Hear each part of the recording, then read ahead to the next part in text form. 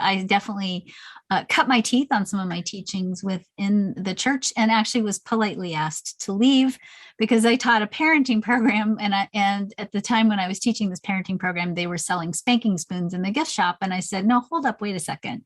You can't hit people and then expect them to grow up with a strong sense of self-worth. And how about we look at other approaches to raising kids without spanking? And that's when they said, bye, Karen.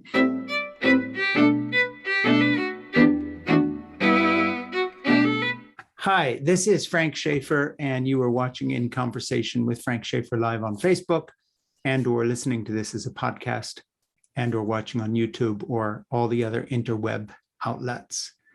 And today I am talking with someone who is a really interesting person, and I want to explore what she is doing, and that is Karen Curry Parker, creator of Human Design for Everyone training systems and the Quantum Alignment System, and they're both trademarked.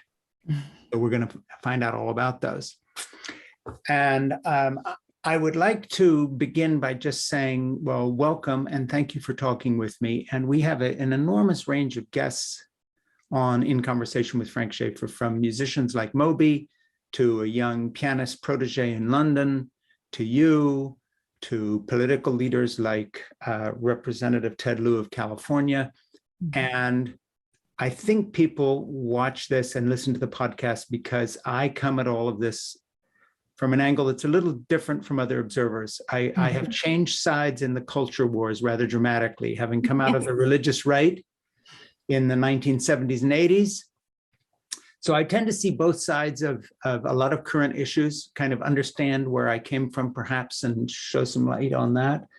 But it has given me a predisposition for discussing sort of philosophical, spiritual / religious / social war culture issues. And I know that some of your work really has an impact on how we see ourselves, how we see the world. So first of all, Karen, can I ask you to talk about this Everyone training system and quantum alignment system and some of the things you have talked about and explored? And by the way, there will be links to all your sites with this podcast. Wherever it appears, people will be able to find you and dig into your material. So make free reference to your material. We don't mind you promoting it. Please do. I want people to be able to find you, so make reference to it, but all those links will be there. So Karen, when we started this, I was off air with you for 10 seconds before we went live, Right. asking you where you were, and you're in your home office, and you said, I have a fancy office, but I have dogs and a husband and a life and all the rest of it, so you're home right now. So why don't we start with the personal instead of the professional? Okay. Buck corporate America's trend of trying to pretend none of us have families or anything we care about except making money and profits for shareholders. Let's buck the system. Who are you as a person? Let's talk to you as a person first. All right. So I would say the very first personal thing about me is I have 8 children. I homeschooled my children for 11 years. I was a single full-time parent, meaning I had full-time custody and full-time financial support for my children for many, many years. So I never had an office outside the home. What's the age range to give us an idea? So our oldest is 32 and my youngest is 12. And 7 of them are adults and have their own lives. Yeah. My 12-year-old, our tail ender, still lives with us. And I am a grandma of 2 young grandsons. They're both under the age of 2. So and how nearby do they live? They live way too far. They are in Houston, but I am working on a plan to get. And closer. Where are you as we speak? If you look at I-35, I'm 18 hours north on I-35, but they live very close to my parents, so I do see them about every 6 weeks. So not enough, but not enough. But I also have a 12-year-old, so I can't yank her out of school. Well, tell me the story about this age range of children of 12 to 38. That's a lot of kids these days, very normal for most periods of history, but more recently, perhaps more. Talk about the homeschooling a little bit and your journey of doing that, and just clue us into where do you come at all these issues, because the homeschool movement is often associated with, far right politics and all sorts of stuff. I know that that's not where you come from. but I'm just curious about all of that. Tell me about all of that. I'm so Okay. interested. Well, I have to start first and say that my first husband, his father was a Methodist minister. Hmm. And so in a way, in a roundabout way, I started in a similar place to where you started, not quite as far out there, but I definitely cut my teeth on some of my teachings within the church, and actually was politely asked to leave because I taught a parenting program. And at the time when I was teaching this parenting program, they were selling spanking spoons in the gift shop. And I said, no, hold up, wait a second. You can't hit people and then expect them to grow up with a strong sense of self-worth. And how about we look at other approaches to raising kids without spanking? And that's when they said, bye, Karen. And so that. What kind of a church is selling spanking spoons? Let's just go there. Let's give me a year. Tell me when that was, and tell me what sort of a church sells spanking spoons, because that'll be news to a lot of my listeners. That was around the 1990s, early 1990s. There was a program at the time that was very popular called Raising Kids God's Way. And so God's Way involves hitting. It involved specific ways of hitting your child. It involved putting your child on what they called a boundary blanket, so that if your child started to crawl off the blanket, you would spank the child so they would learn where the boundaries were. It was a system, actually. And I get a little bit upset still talking about it because I'm also a nurse by training. I was a midwife by training. I was a lactation consultant by training. And the system itself actually advocated that mothers only breastfeed at specific intervals, what actually was dangerous and deadly to some children. There were actually some children. And was that sort of an early discipline form of, okay, we're going to make them conform to what you want? Yep. Oh, great. So yeah, I mean, this conversation is hard for me too, because I come from such a different place, and, being close to my own kids and grandchildren, I just kind of hate this subject, but we have to go into it a little bit, because I don't think a lot of people realize that there's a sort of an undercurrent of brutality in so much right-wing Christianity in this country. And of course, it's always the people who are most vulnerable to pay for excessive, religious fervor, like any other excess, and kids are right in the crosshairs. And figures like Dr. Dobson, who were respectable with focus on the family, talked about corporal punishment. And then, of course, by the time you get to selling spanking spoons, there were whole books and literature, a kind of a subculture, cultic literature within evangelical Christian homes, homeschool movement, Christian schools about corporal punishment. And of course, this is the edge of what you're talking about. But I'm not going to say any more because I'll get too upset too. But please give me some reference points. So were there people using these spanking spoons in church or just at home? I don't know if they actually spanked in the actual church building, but definitely this was a system of discipline that many people in the church embraced and implemented. I will say my own brother implemented it, and which is actually how I learned some of it, because it didn't even cross my mind, because I was not raised that way. I was incredibly lucky. I had the most loving parents and very open-minded, open-hearted people. And it never occurred to me that people would hit their children. So this association with this church came about because of who you were married to, or how did that happen? Yeah, correct. So, and you're no longer married to that person? I am not. And he never advocated that either, which was actually part of why we homeschooled, because he was a teacher by training. Yeah. And I will say, in a weird way, what I do today is I do because I became a mother. Because when I became a mother and I had my first child and I looked at this perfect person, I thought, oh my gosh, my job isn't to form this person. My job is to be a steward for the unfolding of this person. He's already perfect. I need to make sure that as a mother, I'm creating a space for him to really discover what are his gifts and what are his strengths and how does he best serve the world and his unique purpose in the world. And it wasn't my place to say, this is how you're going to be and this is how it's going to be. And so very quickly from that perspective, I decided, along with my husband, because he was a school teacher and he was very much horrified with what was happening in the school system and what he had to do as part of his work. We decided to homeschool because we felt like that would create an environment over which we could offer a better buffet, if you will, for our children to sample from so that they could What have. part of the country we were living in at that point? In Texas. So this is all going on in Texas, both the spanking spoons and also your homeschooling. Yes. And I will say that I would have classified myself at that time as secular homeschoolers, not religious homeschoolers. Yeah. And that meant we were in a community of religious homeschoolers, and there were not very many of us who were doing it for educational reasons. A lot of people were doing it more for Christian reasons at that point in time. I don't know. In other words, also some indoctrination and keep your kid away from the world and quote unquote evil influences, as in what they might hear elsewhere, non-science-based curriculum, that kind of stuff. Yeah, it was different from what we were doing. And I will certainly say, I think these days, because it was a while ago, these days, I think the homeschooling environment is a little bit broader, and so I think it has more options. And definitely at that time, though, it was definitely an act of bucking the system, if you will, that we did not have the funds to go to private school. Really wanted to create an environment for the kids to grow, and that became the seed really for everything that I've done since then. That how far did you take the homeschooling with the kids age-wise? I think that. Are you homeschooling your 12-year-old now? I am not. She is far too wise for me. She needs better teachers.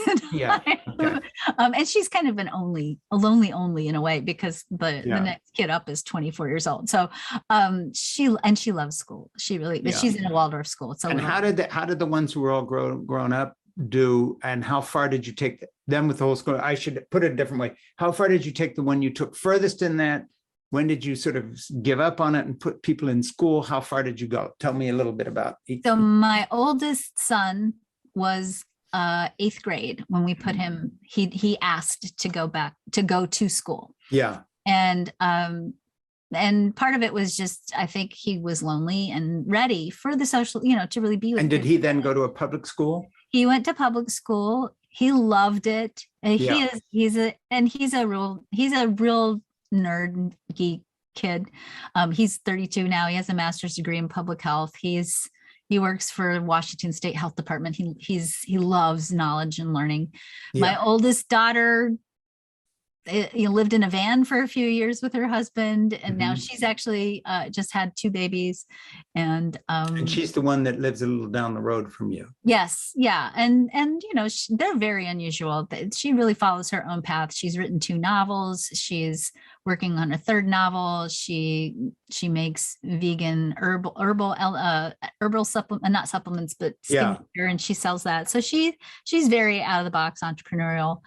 My youngest son is in the Army, so he is a very unusual person. But what's his MOS, or rather job, for those who don't know our lingo as a military parent? He's an infantryman and stationed right now in Hawaii. He's had a pretty good gig, thanks. Who's he with in the Army?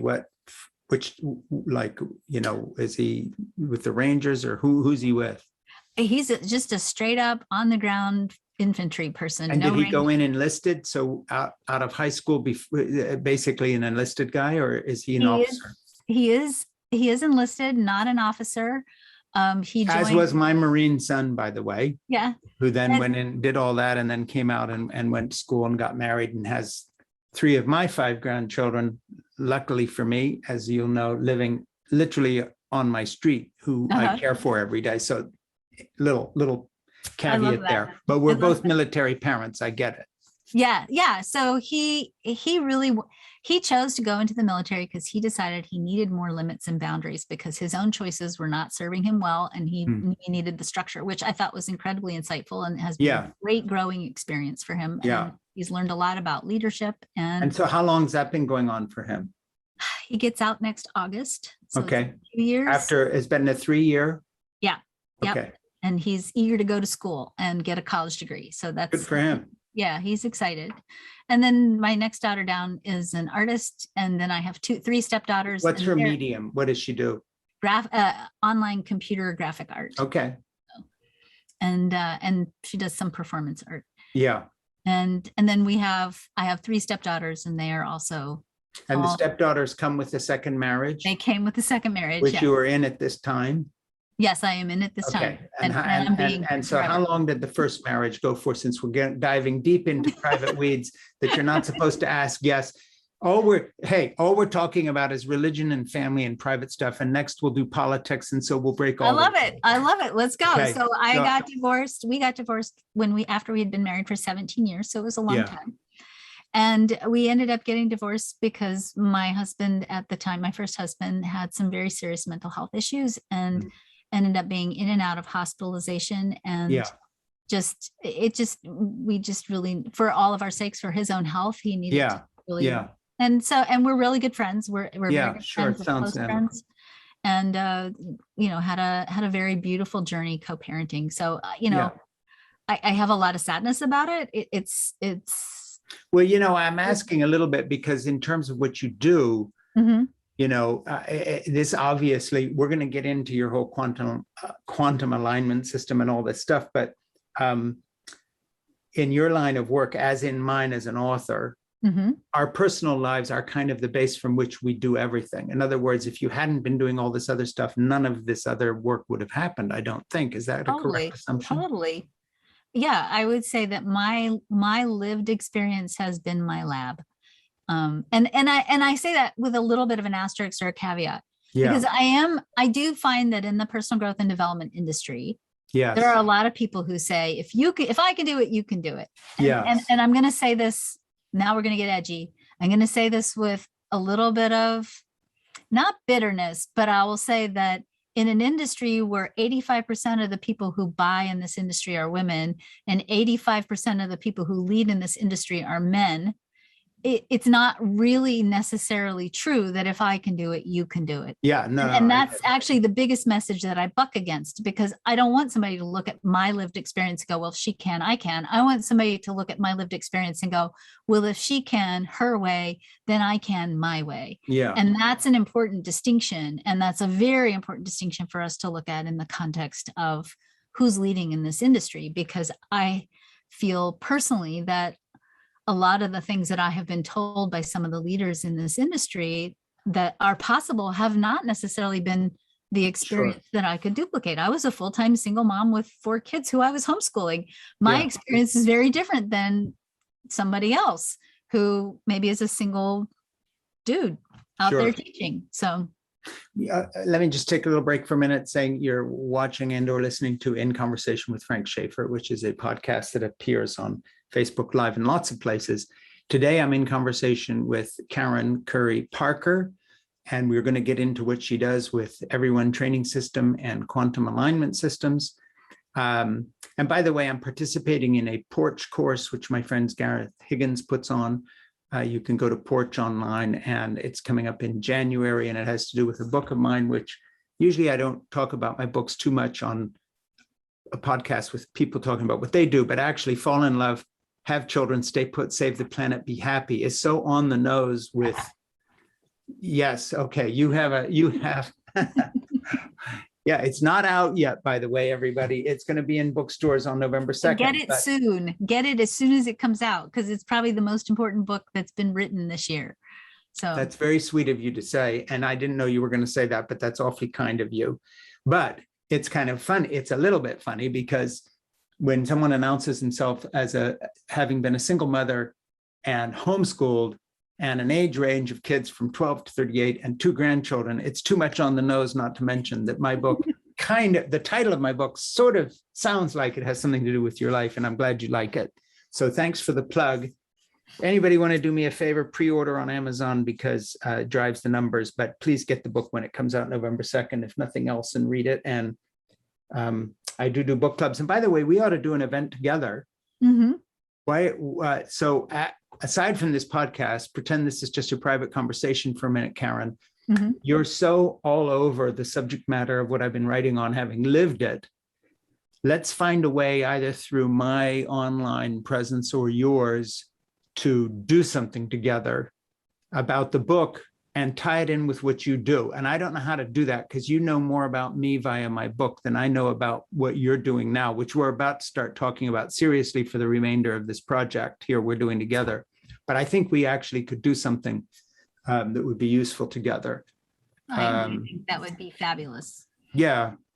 So let me just say, I read this book and I think, finally, somebody's putting language to what intuitively has guided me since the minute I turned 18 and I first discovered home birth was a thing.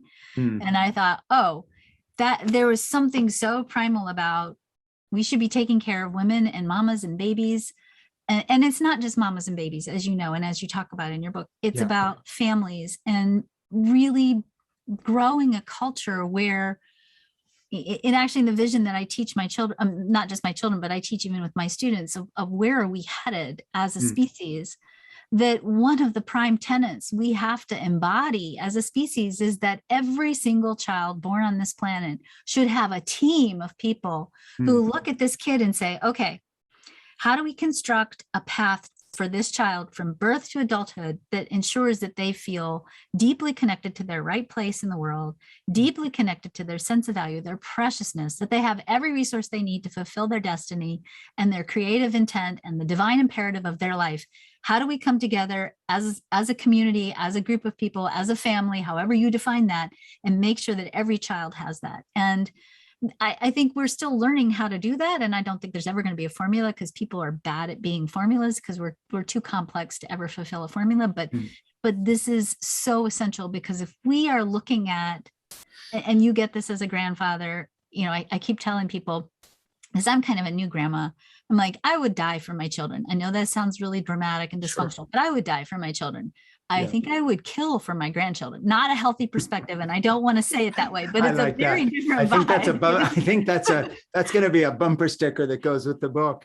If we do an event together, it would be, I would die for my children, but I would kill for my grandchildren. I think, that would be as successful as the bumper stickers that dog owners like me have that say, who rescued whom, Right. You see that everywhere. But I tell you, serious, I mean, you trademark that one, and you came up with it. So, but I'll put it on my car. I would die for my children, but I would kill for my grandchildren. And the reality is I really don't want to kill anybody, but when I look at those babies with the understanding that I have as a 56-year-old woman of the spectrum of time, right?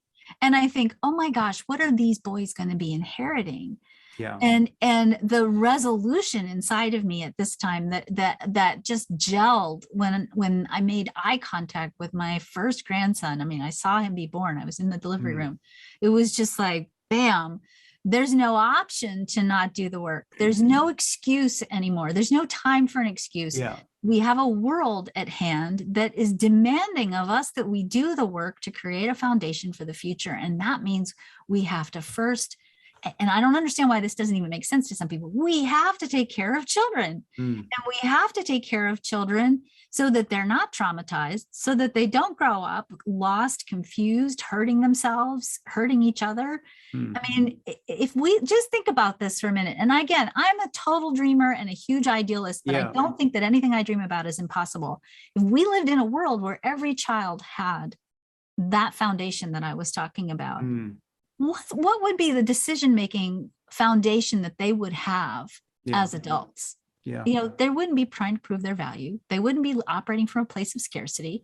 They would understand their innate creative place. And because they knew they had one, they know that everybody else does too. So there would be this inherent human respect, mutual respect. It'd be a totally different planet. So let's start there. Well, it seems to me, there's a good segue into what you do, which is, as I understand it, in the business of helping people, as you put it, turn dreams into reality, which sounds sort of how to quantify that. But I know, having just talked to you here, that you're going to put very definite legs on that. And so tell me about Human Design for Everyone training system. And then let me parenthetically say, in terms of what you're talking about, I mentioned I'm doing this porch course with Gareth Higgins in January. And I'm looking for people to bring in as a guest to help with those episodes too. Maybe, I could get my producer, Ernie, to contact you about that, because I think, given our conversation here, you would be a great addition to that porch course if you want to come in and participate on it. But I'll get Ernie to contact you about that. I won't put you on the spot here, but I think what you're saying is too good a fit to miss. So tell us about all this of Human Design for Everyone training systems. Is that what you do mostly? I mean, other than your whole life that it's huge, your huge life? It's hard for me to do one thing mostly because, because I'm a really curious human being. I also have a publishing company, but we won't talk about that. Do you write? I mean, obviously you write, but Mhm. have you written something that has all this in it? Mhm. And what is that? It's a book called Understanding Human Design. Where is it? Do you have it handy right there? Yeah, hang on. Go get it. Because you've been so kind about my book. Karen's gone off to get her book.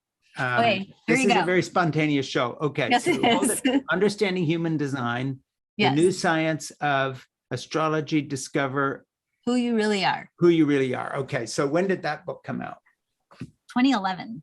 Okay, 2011. And okay, does that have anything to do with Human Design Everyone training system? Because that sounds a bit different. It is. It is just the book that synthesizes the training system. So, okay. So let's talk about that. Let's get into it. We have a good long stretch ahead of us. Let's really find out what you tell people and what they come to you for.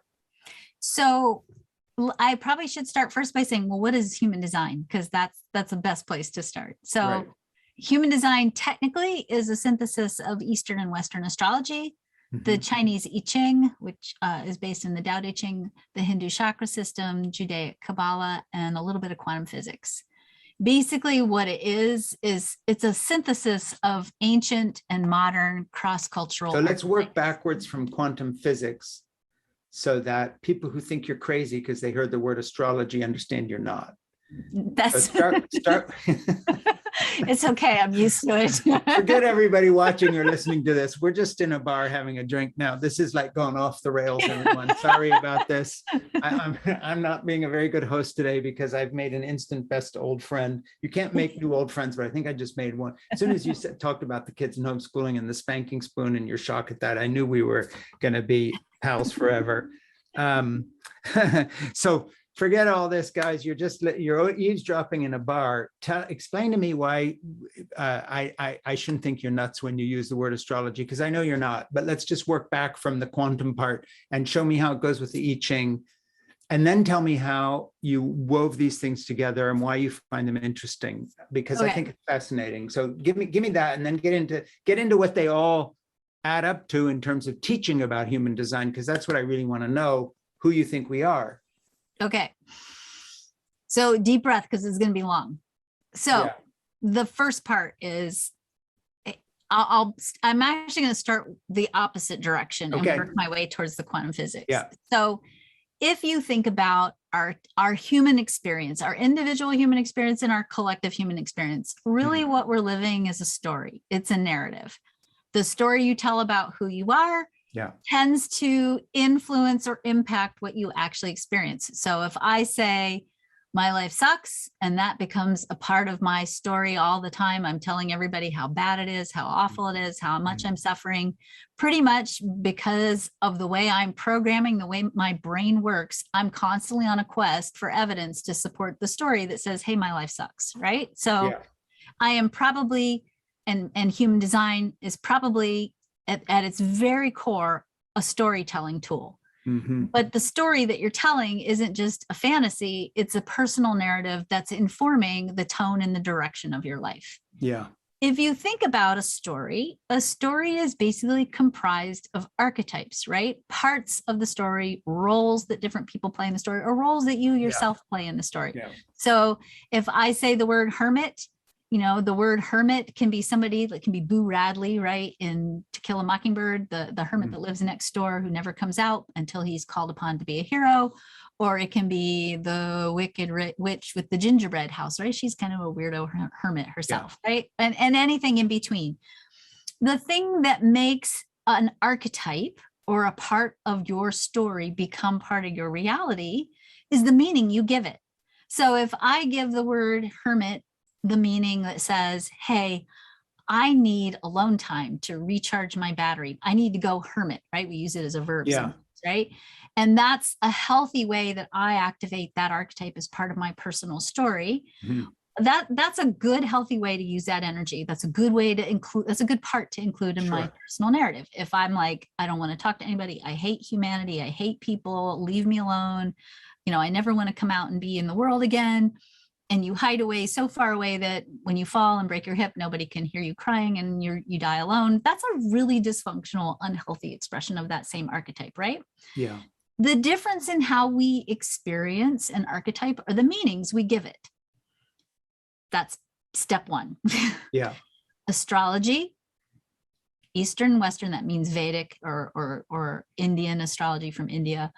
The Hindu chakra system, which is another personality assessment system or a personality understanding system.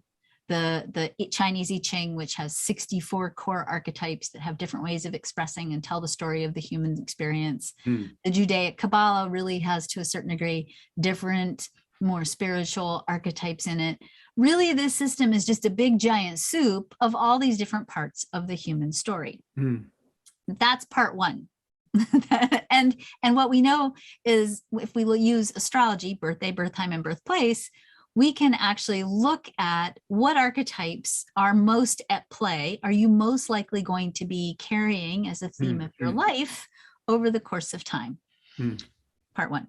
Part two, if you hate your life or your life's not serving you, or you've bought into a story that somebody told you about who you are that's not true, then your narrative, your archetypes in your story are probably in need of a different kind of interpretation, a different set of meanings, if you will, right? So one of the things that you can do if your life's really not working is to start to look at, well, what meanings do I have about who I am? Because the phrase I am is a really powerful story. Let's break this down physiologically. If I say to you or to our listeners, if I say the word money, you just think about the word money for a minute. Yeah. Now, when I say the word money in a group of people and I say, okay, so what does money mean to you? I'll get a whole range of definitions of money, right? Money itself is also an archetype. It's just a neutral concept. It's something we exchange in value for services or goods, right? It doesn't really have any meaning until our own experiences, our conditioning, and our training from our life give it meaning. So I might have somebody in the room that says, oh my God, I love money. I'm a money magnet. I have billions and billions of dollars. It's awesome. I might have somebody over here that says, we're not friends, me and money, right? Here's what happens when I say the word money. When I say the word money, your brain actually starts to produce what's called a photon storm because the nervous system actually operates with light. The brain actually sends signals with light. That photon storm causes your body to create neurotransmitters. Those neurotransmitters in turn create a specific emotional response. That emotional response in turn calibrates your heart and actually kicks your body into a state of regulated coherence, or meaning your mind, your body, your spirit, you're calm, you're excited, you're optimistic, you're looking for good opportunities, or it kicks you out of coherence into a state of anxiety, meaning you're starting to go, okay, not enough money, where can I find money? You start to go into an adrenalized state. The difference between those two experiences is the meanings you have about money. If we change our meanings, meaning if we get into the root of why is money a thing for you, or why is money scary for you, why is money dark for you, if we get in behind there and start looking at, okay, these are the parts of your story, your unique story. This is where you're living from right now. This is the low end of that archetype. If I start working with you to start telling a different narrative, a different story, and we start releasing any of the trauma associated with the things that created that story in the first place, then we start to create a whole different set of meanings around those archetypes. So what I do with the human design system, which by the way, spits out a chart, looks like this. So and we've got links. I'm talking to Karen Curry Parker, and we're deep into her process of what she tells people. Or not deep in, probably this is the surface of what you tell people when they come to you, but we are getting into the subject matter in this episode of In Conversation with Frank Schaeffer, and we've got links to all your stuff. So people who want to follow up on this will be able to. Let me take a pause there to just give you a response I would have in terms of a story about money and see how you would deal with me in. Do you do seminars or open sessions or one-on-one? How do you work with people? Well, pre-COVID, I had seminars.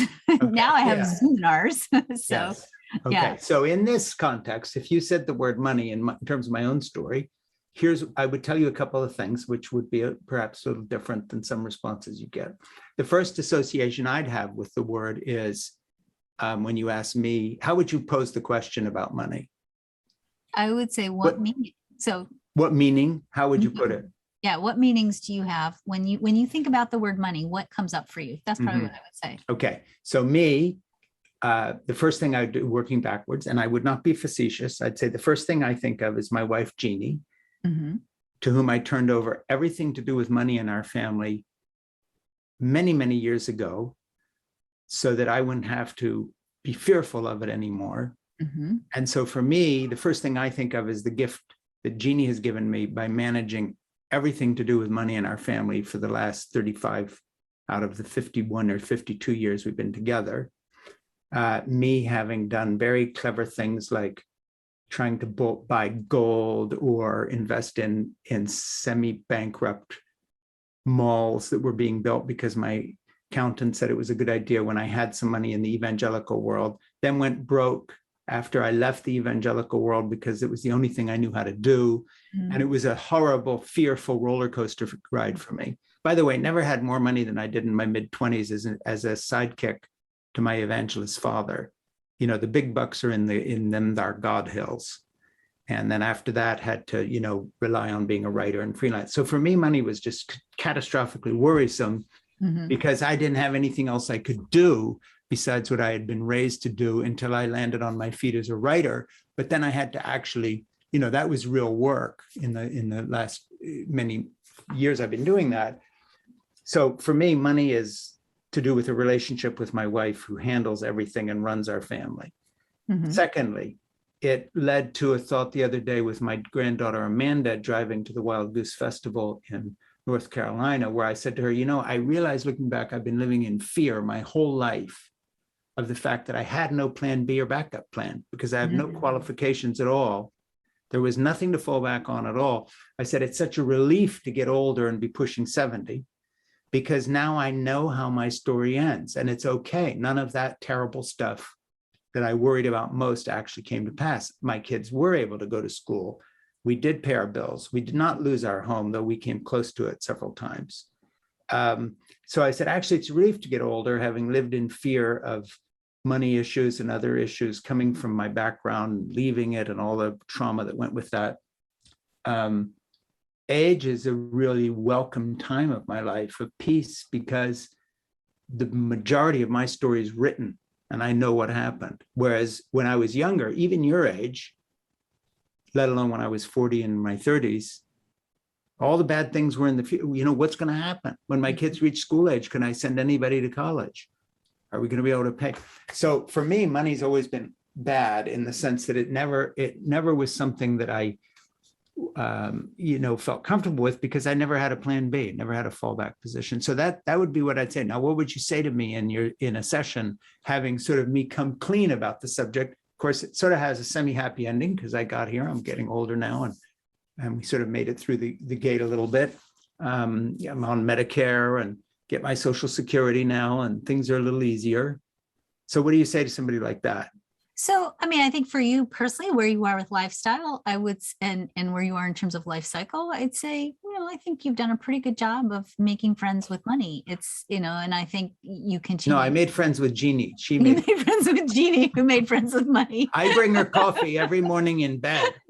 And so she takes care of everything. I mean, it's a real, you know, that's the least anybody's ever paid for someone who does all their taxes is a cup of coffee every day. I mean, that's a good deal.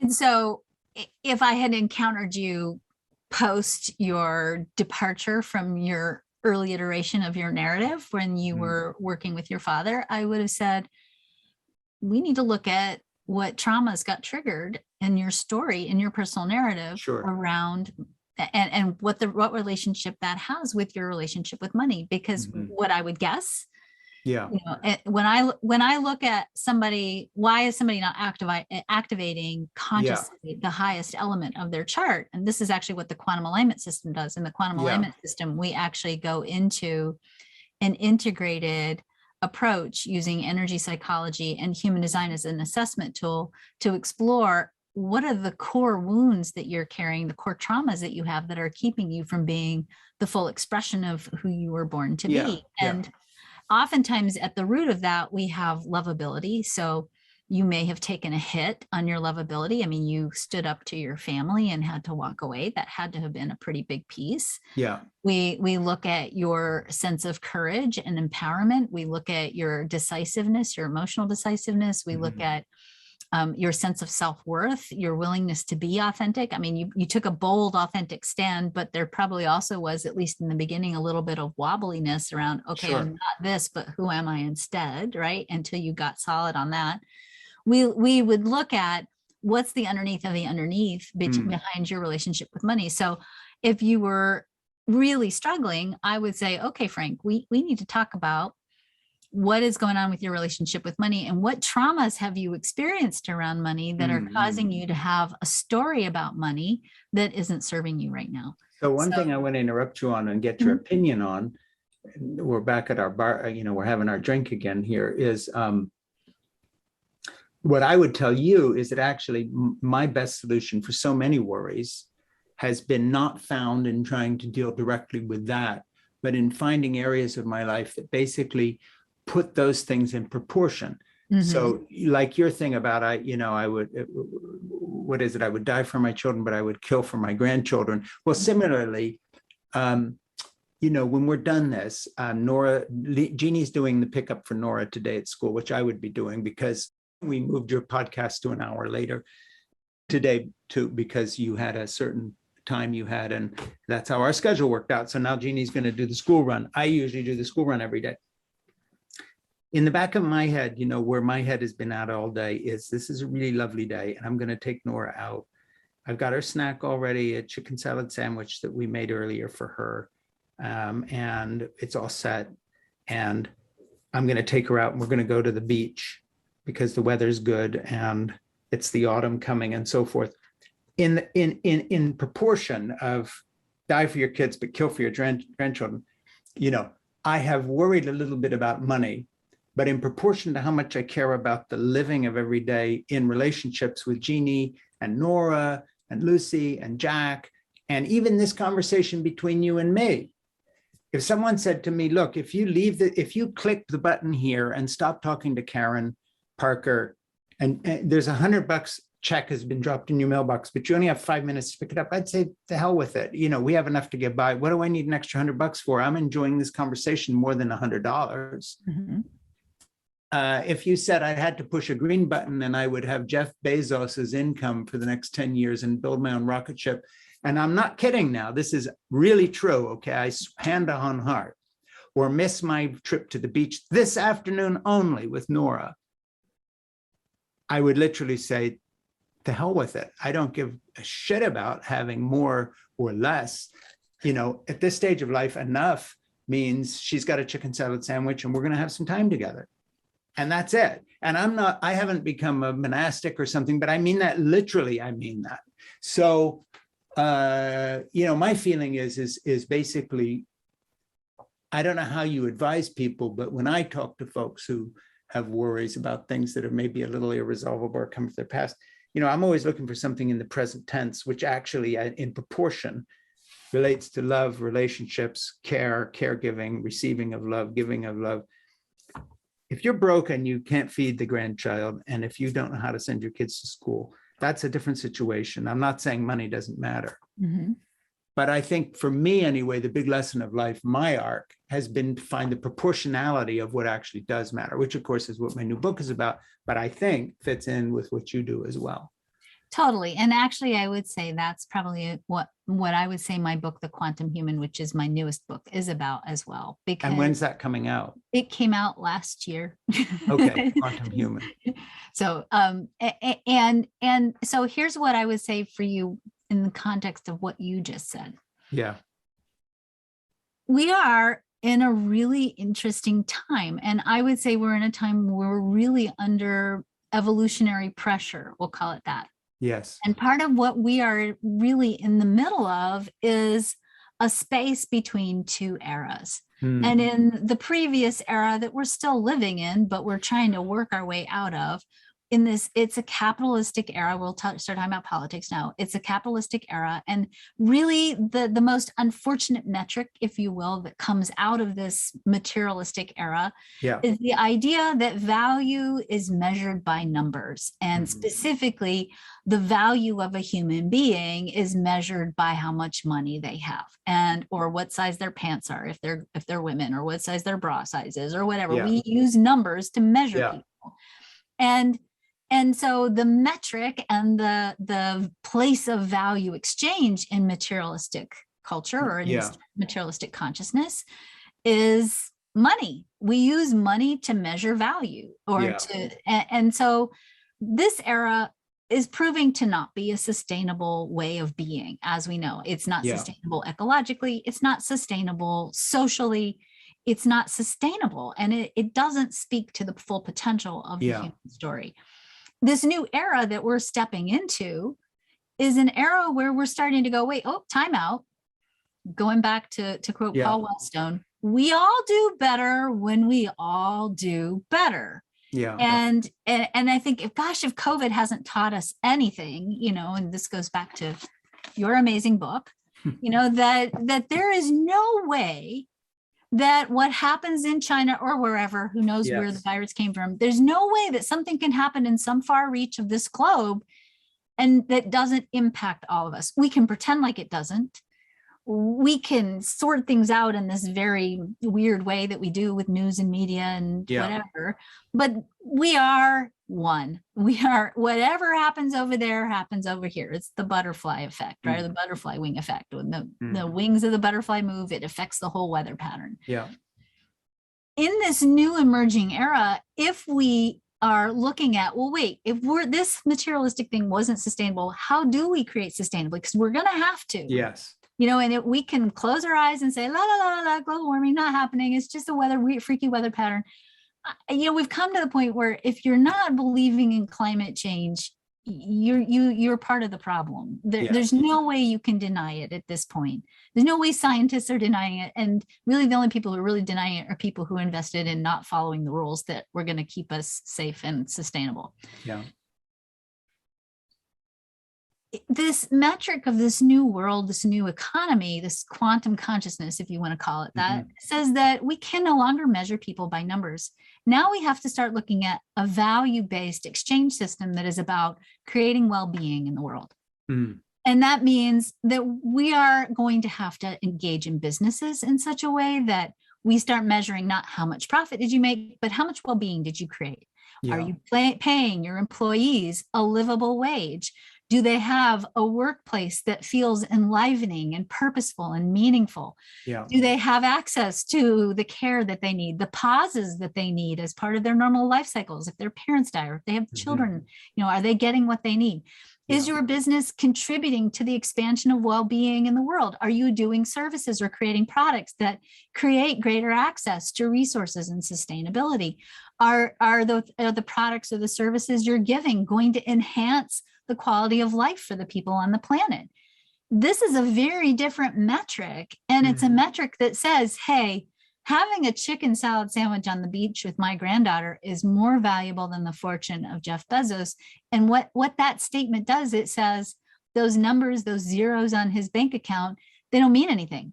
No, because they're no longer the currency of our economy. They're a currency in old case economy. In point, isn't it odd that at this very moment of transition that we have these sort of bloated oligarchical billionaires who are running these companies, which don't reflect anything of what you're talking about at all. The cool companies like Google will give sushi to their employees, but the way they use our searches and our privacy to sell us back our own stuff through advertising and so forth is really morally bankrupt. But the fact is, isn't it odd that at the very moment when we have the biggest income disparity and the most billionaires and so forth is that actual moment of change? So it's like so much of history, if you read history, which I'm sure you do, as I have, often, at the very moment something's about to completely implode, it reaches its zenith and then it's gone in 10 seconds. So, the British Empire is at its height moments before World War I, which starts a process that's going to completely end the British Empire in less than 40 years. Mm-hmm.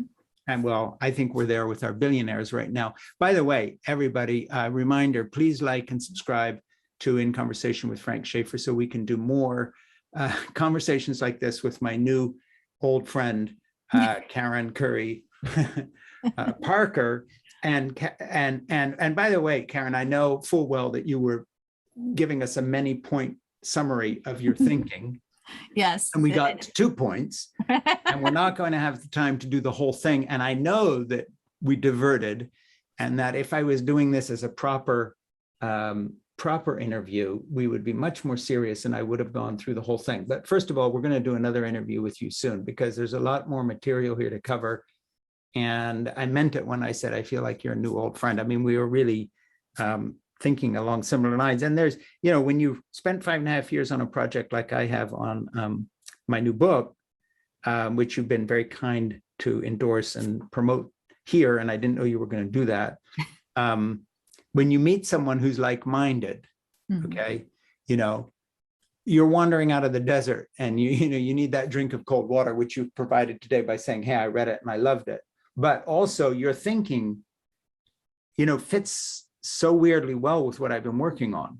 So we have to do some more of this talking, and we've got to really pursue this idea that I tossed out earlier, and I'm not asking you to answer now, but there's got to be some way we can mutually work on a project. I'm not talking about co-writing a book or something, but we can take what you've got and what I've got, and we can somehow present it in some way. At least, I don't know what you think about that. I think it's a great idea because I have 14 more points. It's all laid out here in my You scared me when you talked about the Chinese thing, and they had like 60 or something. 64. How many? 64. Yeah, see, to me, that's why I dropped out of school and ran away to Switzerland and went back to my mission, because that's like those math problems. If a train is leaving the station, has to travel 100 miles, and there's a little girl eating apples, and she eats 1 apple for every 3 miles, and it's going at 25 miles. I just sort of glaze over and die. So when you say it has 64 points, it's like you're going to have to explain it to me in less than 64 points. So I'm going to keep it really simple. So this is the chart. Yeah. And the chart really lays out, when people say, my mom used to say this all the time. My mom used to say, honey, you know what your problem is? Your problem is you just haven't found yourself. And I'm like, no, I actually found myself. You just don't like who I found. Yeah. So it's like, okay. So give us now, after the long interruption, give us some more of the points. So the point is, if you and actually you can do this online, if you go to freehumandesignchart.com, you can input your birthday, birth time, and birthplace, and it spits out a map like this. And basically what this map says is, these are the core archetypal themes that you're going to be playing with over the course of your entire life. This is what I call it, your soul curriculum or your life curriculum. This is what you bring to the world. These are your strengths and your gifts. And it really takes a lot of the guesswork, and you're not going to take all the guesswork out of it, because life isn't a formula. So when you put the map together, what are you using? Because the thing is, you're coming up with sort of some basic wisdom, which I have seen tested and that works in terms of interpersonal relationships, family, children, your own life as a mother, grandmother, the wisdom you bring to the table, your ups and downs. How did that inform this? Because this isn't surely a chart that is just, some mathematical revelation you had. There's got to be some human learning here that you bring to it. And how did that one inform the other? I'm really interested how you came up with this. So first of all, I will say I didn't come up with the whole system itself. I actually was taught by a man who since has passed. But it made sense to you at the time when he taught you. It did, because what I was on a quest for was, who am I? Because, and I think that is the question that informs everything, because if we don't know who we are, and how can we take care of ourselves? How do we know what we need? How do we know what we need to do to support ourselves? So we don't know who we are, and we don't know how we operate. We don't have an instruction manual. Yeah, it's too easy for us to get hijacked. And I'll tell you what, and I talk about this on my TED Talk. So if you go to TED.com, you can look up Karen Curry Parker and you can watch my talk about burnout. Because what I've found is that we haven't When did you given give the TED Talk? last September. And 20. how did it go? It was virtual, so it was like, who knows how it went? It's online. Yeah, but it's still a TED Talk. It counts. I love the topic. I would have loved to have been on stage, and maybe someday again. But Yeah. but here's the point. Here's the point that I Now, really where can want to people see the TED Talk? We'll link to it, but where can Yeah, just go to TED.com. It's on there. Okay. And then your name. And my name. Yeah. I can give you the link later. No, we have it. We're going to put it all up. Okay. So the thing that I want to just bring us back to is that if we look at the body and how the body responds to trauma, if you are told that it's not okay for you to be who you are and how you are, if you lose connection with your value and you lose connection with your destiny, your right place in the world, and you get that message enough times, and we all do, the school system gives us that message. Unfortunately, without meaning to, our parents sometimes give us that message. We get that message from the world, right? If we get that message enough times, the body starts to internalize it and experience it as trauma. And it starts to store patterns in the brain, in the hippocampus, that keeps us in a constant state of anxiety, and it keeps us in a constant state of adrenalized and cortisol-based decision-making. We're reacting to life instead of deliberately creating. We lose our creativity at a time when we need to be the most creative, because right now we're in a creativity crisis. Torrent scales of creativity have been dropping since 1990. And if we don't stay creative in the face of the challenges facing all of us right now, we're still gonna find the answer. I totally know we will, but it's gonna be a little bit of a bumpy ride. And I certainly would rather have. Why do you think those creativity charts, whatever, have been dropping? Because I think we're over mediated and we don't go outside, and now children learn everything in school on iPads and laptops. And okay, so I'll tell you a terrible story that'll bring my point home. When my littlest, she's 12 now, when she was in preschool, we picked her up from preschool one afternoon, and the teacher said, "Can you come talk to us for a minute?" And so we went and we sat down, and they said, "We just wanted to thank you for reading to your child." And my husband and I were like, "What?" because we're crazy readers, right? And she said, "Yeah, nobody in this school reads to their kids." She said, "The kids get in the car and there's a little screen on the back of the seat, and they are mediated from the minute they get in the car until they go to bed." She said, "We gave the kids an assignment one day to look out their window from the car when they went home, and they couldn't do it." They lied. Some of the kids, she said, they actually lied, like, "Oh, I saw an elephant and I saw a giraffe." And we have a problem. And no the problem kidding. And I think the problem that we have is in part and parcel because we're numbing out the fact that our world is telling us, you can't be who you are. It's not okay. You got to fit in this box. You got to do these steps to be successful. And by the way, we're going to know if you're successful or not because we're going to measure you with numbers. And if you don't measure up with these numbers, you're out. And that, we feel traumatized by these metrics. And we have to unplug literally and figuratively from those metrics. We're going to do another session soon, because next time I'll be more like an actual host and ask you questions that guide you through your thesis so that everybody gets it. But now they're just going to have to go online and find you and download everything and figure it out, because what you're saying is wonderful. And of course, it resonates deeply with me and overlaps with things I've been doing. But more than that, I think, especially just as a parent and a grandfather, my whole battle with the world is not one that's unusual, but it's unfortunate because, I play them classical music, I play them jazz, I take them to the museum, we go out into nature, we don't do screens. Nobody's on a laptop in my house. They are being read to. We build stuff and they help me build it.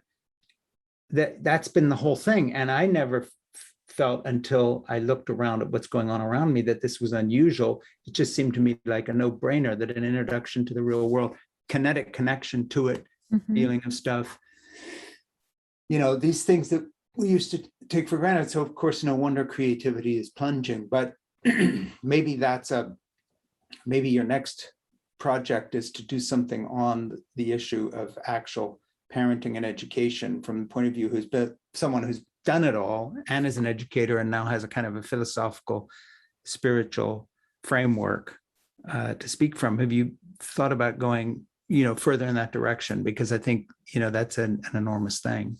That is literally, I mean, I wasn't actually kidding. I have a manifesto because I don't think that we'll have an easy ride in transforming this world if we don't bring ourselves back. Is that manifesto something people can get hold of as they connect with you?